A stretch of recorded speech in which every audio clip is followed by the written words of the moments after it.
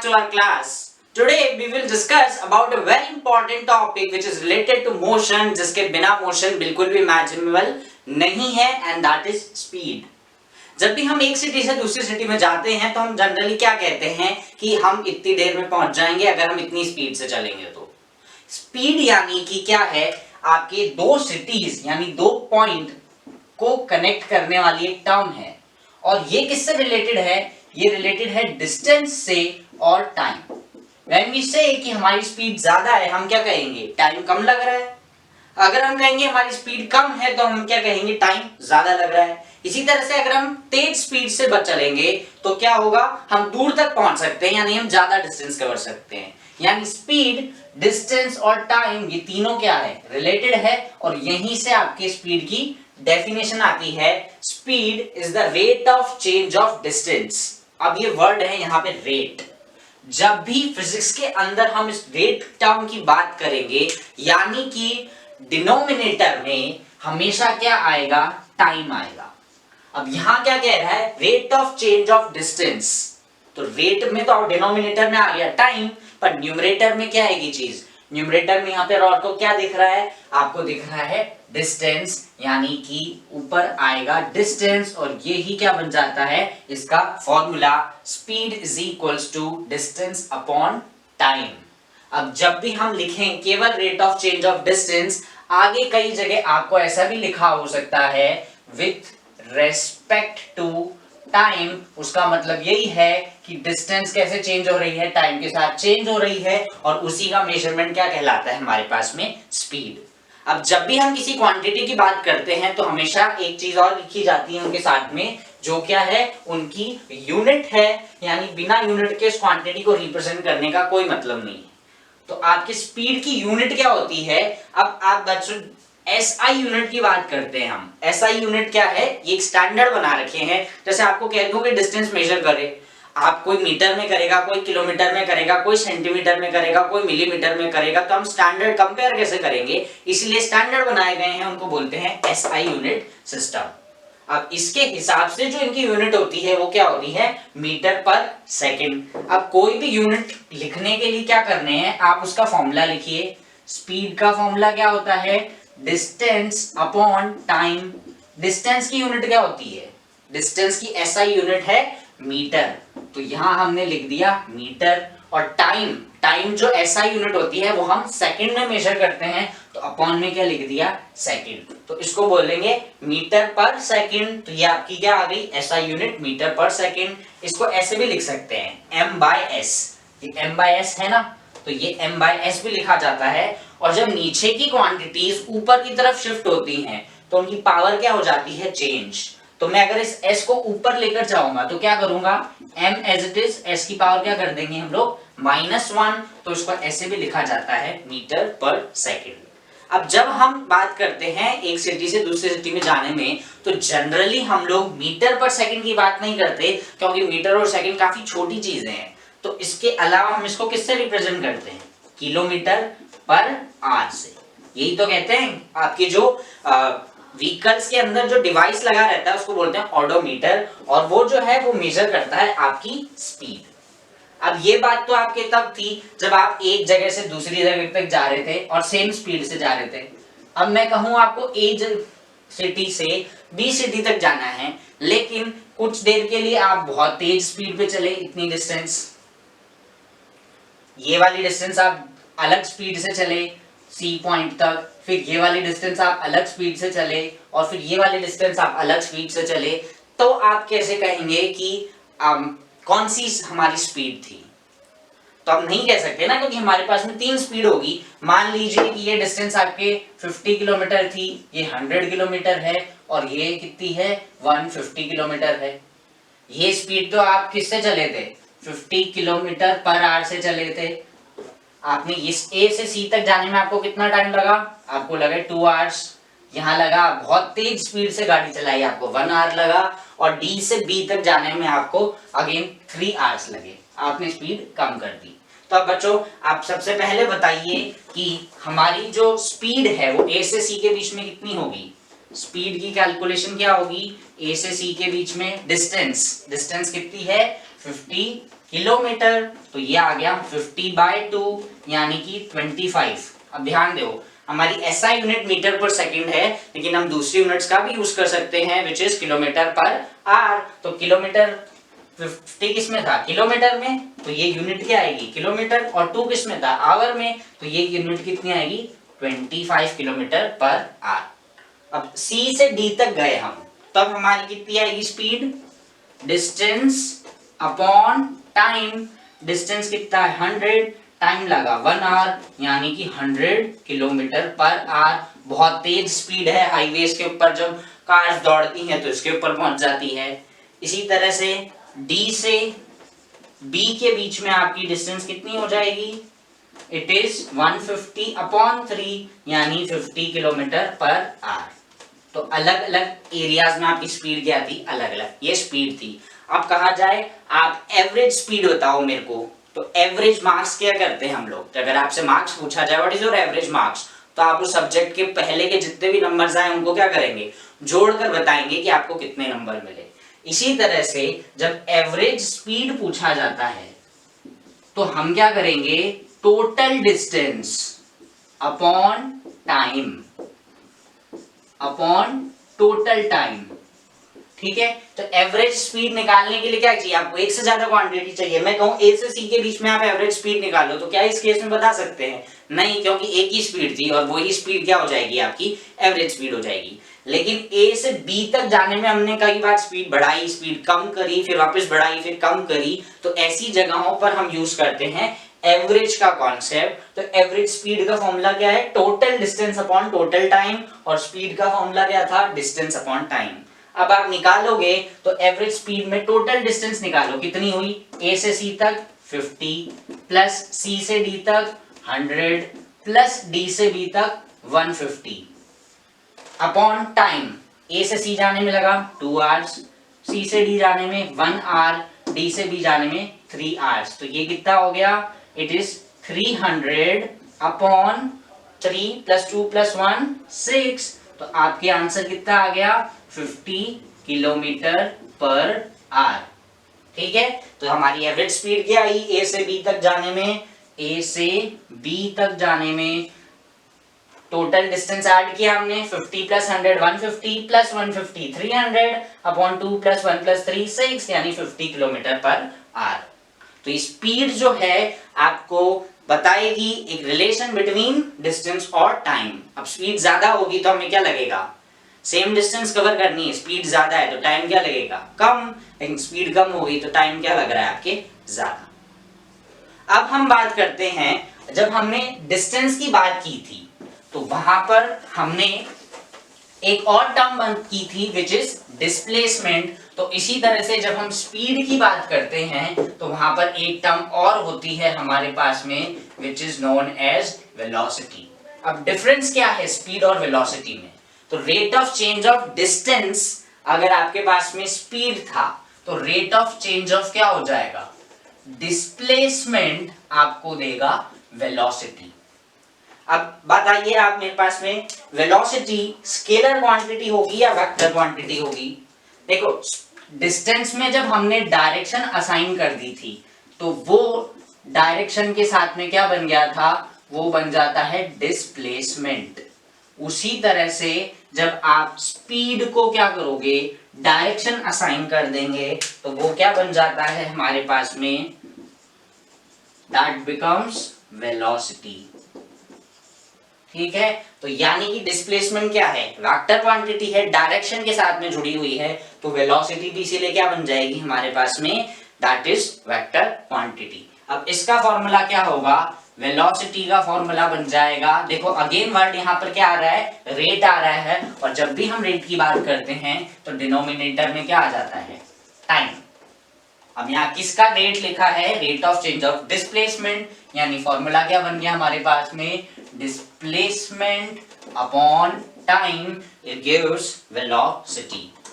अब इसकी यूनिट क्या होगी, इसकी एसआई यूनिट की हम बात करते हैं, तो इसकी एसआई यूनिट, डिस्प्लेसमेंट की यूनिट क्या होती है, जो डिस्टेंस की यूनिट है यानी कि मीटर, और टाइम की यूनिट क्या होती है, सेकंड। तो हमारे पास में एसआई यूनिट क्या आ गई, मीटर पर सेकंड।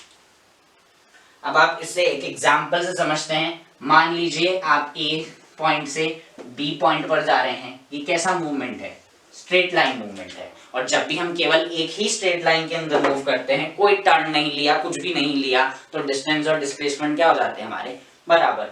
ये कितना है, मान लो ये आपके 400 मीटर है और आपको टाइम कितना लग रहा है ए से बी तक जाने में, आपको टाइम लग रहा है 60 सेकेंड्स। आप भवन 60 सेकेंड, आप इसको मान लीजिए आपको टाइम लग रहा है 80 सेकेंड्स।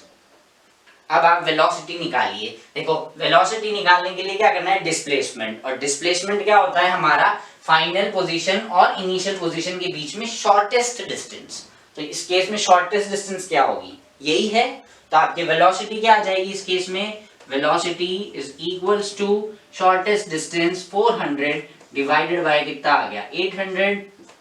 तो आपकी वेलोसिटी कितनी आई 5 मीटर पर सेकेंड, यानी हम कितनी तेज भाग रहे हैं, 5 मीटर पर सेकेंड की स्पीड से भाग रहे हैं। ठीक है, अब अगर मैं इस क्वेश्चन को ऐसे मोड़ दूं, मान लीजिए आपके पास में ए पॉइंट है, आप यहां से चल के बी पॉइंट में जा रहे हैं, ये डिस्टेंस आपके पास में 100 मीटर है और आपको इस ड्यूरेशन में जो टाइम लगा है वो टाइम है 100 सेकेंड, यानी 100 सेकेंड में हम 100 मीटर चलकर ए से बी तक पहुंच गए। अब बी से हमने टर्न लिया और हम 25 मीटर इस तरफ पहुंचते हैं, 25 मीटर चलकर पॉइंट सी पर पहुंचते हैं और इसमें भी हमने टाइम कितना लिया 25 सेकेंड, यानी कि 1 सेकेंड में हम 1 मीटर चल रहे हैं। अब इसमें पूछा है calculate speed and velocity both, आपको दोनों चीजें पता करनी है। तो सबसे पहले लेट्स टेक स्पीड निकालते हैं। स्पीड निकालने का फॉर्मूला क्या था हमारे पास में, डिस्टेंस अपॉन टाइम। तो डिस्टेंस कितनी है यहाँ पर, डिस्टेंस अपॉन टाइम। तो डिस्टेंस कितनी हो जाएगी, ए से बी तक गए 100 मीटर प्लस बी से सी तक गए 25 मीटर अपॉन टाइम। ए से बी जाने में 100 सेकेंड और बी से सी जाने में हमें 25 सेकेंड। तो ये कितना लगा 125 अपॉन 125, यानी 1 मीटर पर सेकेंड। ये तो आ गई हमारी स्पीड। अब हमसे बोला गया है कि वेलोसिटी भी कैलकुलेट कीजिए। तो वेलोसिटी का फॉर्मूला क्या होता है, जैसे स्पीड में डिस्टेंस लिखते हैं, वेलोसिटी में क्या लिखना है, डिस्प्लेसमेंट। तो आप सबसे पहले डिस्प्लेसमेंट पता कीजिए कि डिस्प्लेसमेंट कितना है। तो डिस्प्लेसमेंट हमारे पास में क्या होता है, final position minus initial position. तो लास्ट पोजीशन क्या थी हमारे पास में सी, इनिशियल पोजीशन क्या थी ए। तो ए से सी की डिस्टेंस कितनी हो जाएगी हमारे पास में 75 मीटर। देखो ए से बी तक डिस्टेंस 100 मीटर थी, बी से सी तक 25 थी, तो सी से ए तक कितनी बन जाएगी 75 मीटर। तो डिस्प्लेसमेंट कितना आ गया हमारे पास में 75 मीटर।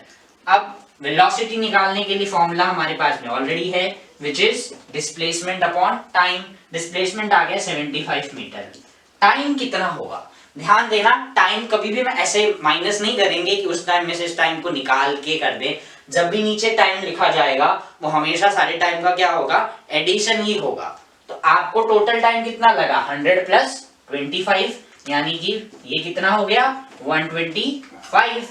तो आपके पास में आंसर कितना आ गया 3/5 मीटर पर सेकेंड। अब ये 1 मीटर पर सेकेंड था और ये कितना है 3.5 मीटर पर सेकेंड। इसको जब आप चेंज करेंगे तो आपके पास में आंसर आएगा 0.60 मीटर पर सेकेंड। तब बताओ यहाँ पे स्पीड ज्यादा है या वेलोसिटी ज्यादा है। इस केस में हमारी स्पीड ज्यादा आ रही है, वेलोसिटी कम आ रही है। क्यों, क्योंकि डिस्प्लेसमेंट क्या था, आपके डिस्टेंस से कम हो गया था। तो ऐसी चीजों में आपको बहुत ज्यादा ध्यान देना है। जब डिस्प्लेसमेंट अगर कम हो रहा है तो आपकी वेलोसिटी भी क्या होगी, कम होगी स्पीड से। अब एक क्वेश्चन में अगर ऐसे कहूं कि मेरा जो ये ऑब्जेक्ट घूम फिर कर वापस उसी पोजीशन पर आ रहा है, हम यहां से स्टार्ट हुए और ऐसे चलकर यहां पहुंच गए, वापस ए पॉइंट से स्टार्ट हुए और ए पॉइंट पर ही पहुंच गए, कैलकुलेट वेलोसिटी। अब मेरे को कुछ भी नहीं दे रखा है इसके अंदर, कोई ना तो रेडियस दे रखी है, ना लेंथ दे रखी है, ना टाइम दे रखा है, कैसे बता सकता हूं मैं। If I started from, starting position क्या थी हमारे पास में ए, फाइनल पोजीशन क्या थी वो भी ए। तो डिस्प्लेसमेंट क्या होगा, हमने बात की थी सर्कुलर मोशन में जब घूम फिर के हम वापस उसी पॉइंट पर आ रहे हैं तो डिस्प्लेसमेंट क्या हो जाएगा, जीरो। और इस केस में डिस्प्लेसमेंट जीरो होते ही आपकी वेलोसिटी क्या आ जाएगी, वेलोसिटी आ जाएगी। देखो वेलोसिटी इज इक्वल्स टू कितना होता है, डिस्प्लेसमेंट अपॉन टाइम। डिस्प्लेसमेंट क्या है, जीरो, और जीरो अपॉन टाइम में कुछ भी हो आंसर क्या आएगा, जीरो। तो यानी हमारा आंसर कितना आ गया, 0 मीटर पर सेकेंड, यानी कि डिस्प्लेसमेंट टाइम के साथ में चेंज नहीं हो रहा है। तो जैसे हमारे पास में डिस्प्लेसमेंट और डिस्टेंस में रिलेशन था कि डिस्टेंस डिस्प्लेसमेंट से ज्यादा होती है और डिस्प्लेसमेंट पॉजिटिव नेगेटिव जीरो भी हो सकती है, उसी तरह से वेलोसिटी और स्पीड रिलेटेड है कि जो आपके वेलोसिटी है वो पॉजिटिव जीरो और नेगेटिव हो सकती है and velocity is always less than speed. जैसे डिस्प्लेसमेंट डिस्टेंस से क्या था, हमेशा छोटा, उसी तरह से हमारी वेलोसिटी है वो क्या रहेगी, स्पीड से हमेशा स्मॉल रहेगी। अब हम बात करते हैं स्पीड और वेलोसिटी के बीच में डिफरेंसेस क्या क्या हैं।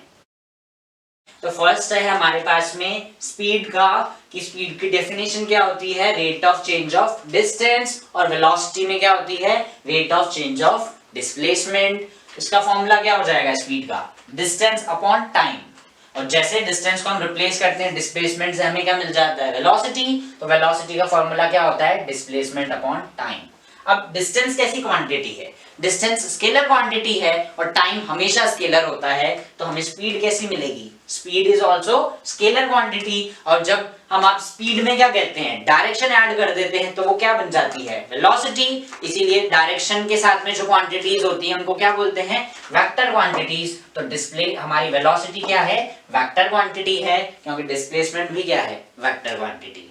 नेक्स्ट पॉइंट है कि जैसे आपके डिस्टेंस केवल पॉजिटिव और जीरो हो सकती थी, तो उसी तरह से आपके जो स्पीड है वो पॉजिटिव और जीरो हो सकती है। अब डिस्प्लेसमेंट क्या था, वो पॉजिटिव भी हो सकता था, नेगेटिव भी हो सकता था और जीरो भी हो सकता था। तो हमारे पास में वेलोसिटी भी क्या हो जाएगी, पॉजिटिव भी पॉसिबल है, जीरो भी पॉसिबल है, नेगेटिव भी पॉसिबल है। अब एक बात बताओ मेरे को, स्पीड जीरो कब हो सकती है, अगर हमारी गाड़ी स्टार्ट ही नहीं हुई है, वो वहीं खड़ी है, तो उसकी स्पीड क्या होगी, डिस्टेंस क्या होगा उस केस में, जीरो, तो आपकी स्पीड भी क्या होगी, जीरो। वेलोसिटी कब जीरो हो सकती है, वेलोसिटी दो केस में जीरो हो सकती है, एक तो अपनी जगह से हिले ही नहीं, यानी कि अगर मूव नहीं करेगी तो डिस्प्लेसमेंट क्या होगा, जीरो, और वेलोसिटी भी क्या होगी, जीरो। दूसरा केस जो भी हमने देखा था कि जब हम घूम फिर के वापस उसी जगह पर आ जाते हैं तो हमारा डिस्प्लेसमेंट क्या हो जाता है, जीरो। तो जीरो अपॉन कुछ भी हो आंसर क्या आएगा, हमेशा आपके पास में जीरो ही आएगा। नेक्स्ट पॉइंट, इन दोनों की यूनिट क्या है, इन दोनों की यूनिट सेम होती है और इनकी जो एसआई यूनिट है दोनों की वो क्या है, मीटर पर सेकंड है, और इसकी भी एसआई यूनिट क्या है, मीटर पर सेकंड। और जो यूनिट हम यूज करते हैं वो क्या है, किलोमीटर पर आर, किलोमीटर पर मिनट भी यूज कर सकते हो आप। और लास्ट पॉइंट, स्पीड जो है वो हमेशा क्या होती है, वेलोसिटी से या तो बड़ी होगी या बराबर होगी। ये वाला जो साइन होता है ना, ये होता है ग्रेटर देन और इक्वल्स टू, मतलब या तो स्पीड इस वेलोसिटी से बड़ी होगी या बराबर हो सकती है, कभी भी छोटी नहीं हो सकती। तो अगर कैलकुलेशन करते टाइम आपके आंसर में स्पीड कम आ रही है तो मतलब आपने कोई गलती करी है। इसी तरह से वेलोसिटी की बात करते हैं तो वो स्पीड से क्या रहेगी, हमेशा छोटी। ये देखो एक ही पॉइंट है, इसका रिवर्स लिखा है, speed is always greater than velocity. इसका मतलब क्या है, वेलोसिटी स्पीड से क्या रहेगी, हमेशा छोटी रहेगी। अब हम एक एग्जांपल के थ्रू समझते हैं कि कैसे स्पीड और वेलोसिटी के कैलकुलेशंस किलोमीटर पर आवर और मीटर पर सेकंड दोनों में कर सकते हैं। तो हमारे पास में एक क्वेश्चन है which says a person takes 9 hours in covering a distance of 360 kilometres, और हमसे पूछा गया है find its speed in metre per second and kilometre per hour. तो फर्स्ट ऑफ ऑल आप लिखिए क्या क्या गिवन है, आपको डिस्टेंस दे रखी है तो ये कितनी हो जाएगी 360 किलोमीटर्स, एंड जो टाइम आपको लग रहा है वो कितना लग रहा है 9 आवर्स। अब बोला है आपसे स्पीड कैलकुलेट कीजिए, तो स्पीड आप सिंपल कैलकुलेट करो, स्पीड का formula distance upon time and it is 360 by 9। तो आप इसको निकालोगे तो कितना आएगा, 9 into 4 कितना होता है 36, यानी कि 40 किलोमीटर पर आवर की स्पीड से आप जो है वो पर्सन जा रहा है। अब how do you change it to metre per second, kilometre per hour है और हमें बदलना किस में है, मीटर पर सेकंड में बदलना है। तो कैसे, आप इसको लिखिए 40 as it is, kilometre per hour है। 1 किलोमीटर में कितने मीटर होते हैं, 1 किलोमीटर में 1000 मीटर होते हैं। तो मैं किलोमीटर की जगह ऐसे लिख सकता हूं 1000 मीटर अपॉन 1 आवर में कितने सेकंड्स होते हैं। तो 1 आवर में कितने मिनट हो गए 60, और 1 मिनट में कितने सेकंड होते हैं 60। तो 1 आवर में कितने सेकंड हो जाएंगे 60 इंटू 60 सेकेंड्स। तो ये किलोमीटर पर आवर की जगह क्या आ गया, मीटर पर सेकंड।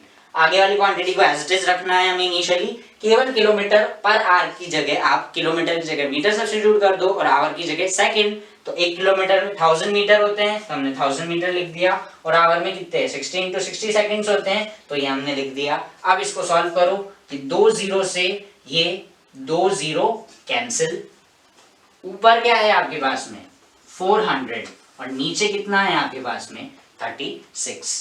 4 टाइम्स ये कैंसिल होगा तो कितना आएगा 100 अपॉन 9, यही होगा ना, 4 टाइम्स कैंसिल तो 400 एंड 9 इंटू 4 36। तो 100/9 है। इसको जब आप सॉल्व करेंगे तो आपके आंसर आएगा 11.11 मीटर पर सेकेंड। तो किलोमीटर पर आवर में आंसर क्या हो गया 40, और मीटर पर सेकेंड में हमारा आंसर क्या आ गया 11.11 मीटर पर सेकेंड।